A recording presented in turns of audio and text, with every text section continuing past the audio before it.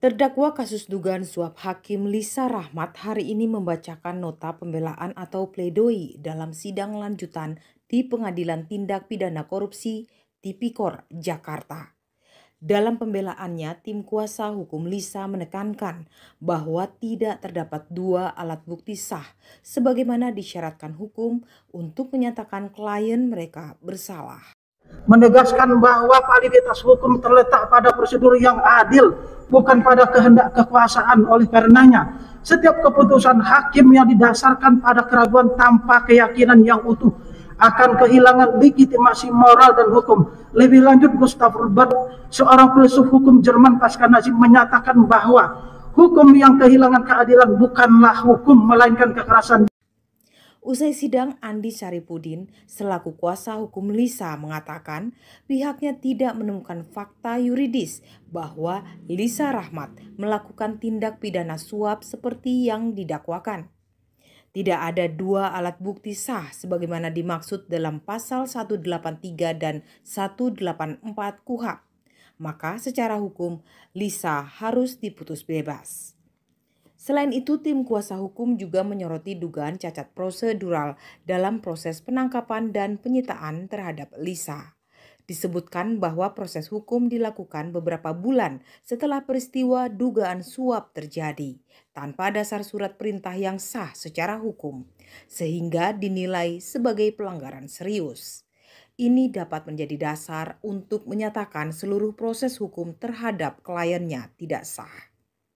Dalam persidangan sebelumnya, mantan pejabat Mahkamah Agung Jarod Richard mengaku menerima uang senilai 5 miliar rupiah dari pengacara Ronald Tanur, terdakwa dalam kasus lainnya. Uang tersebut menurut Jarod adalah honor untuk pengurusan kasasi.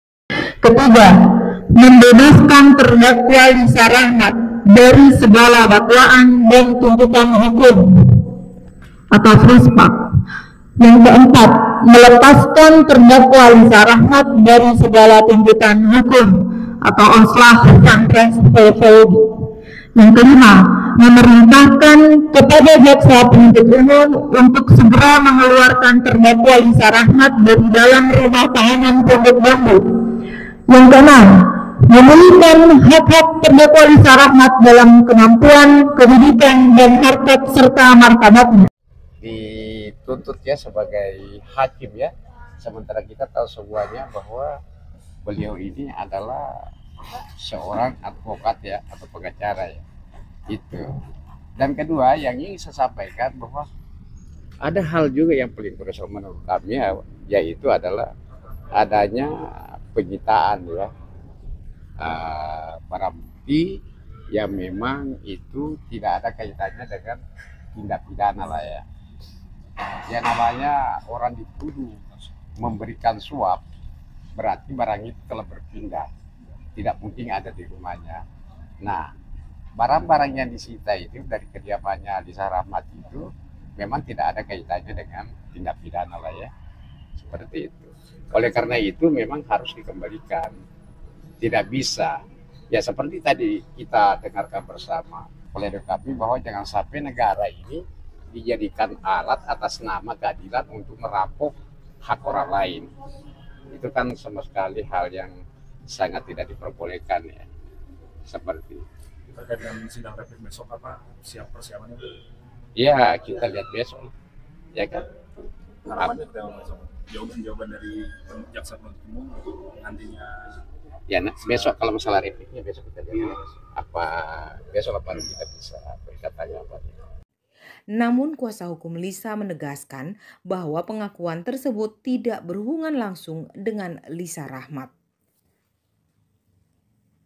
Mengingat tidak adanya dua alat bukti sah dan prosedur penegakan hukum yang dinilai cacat, tim kuasa hukum dengan tegas meminta agar majelis hakim menjatuhkan putusan bebas terhadap Lisa Rahmat. Majelis hakim dijadwalkan akan membacakan putusan dalam beberapa pekan ke depan. Sidang ini menjadi perhatian publik karena menyangkut integritas peradilan dan akuntabilitas dalam penegakan hukum. Dari Jakarta, Tim Liputan TV Harian Nasional melaporkan.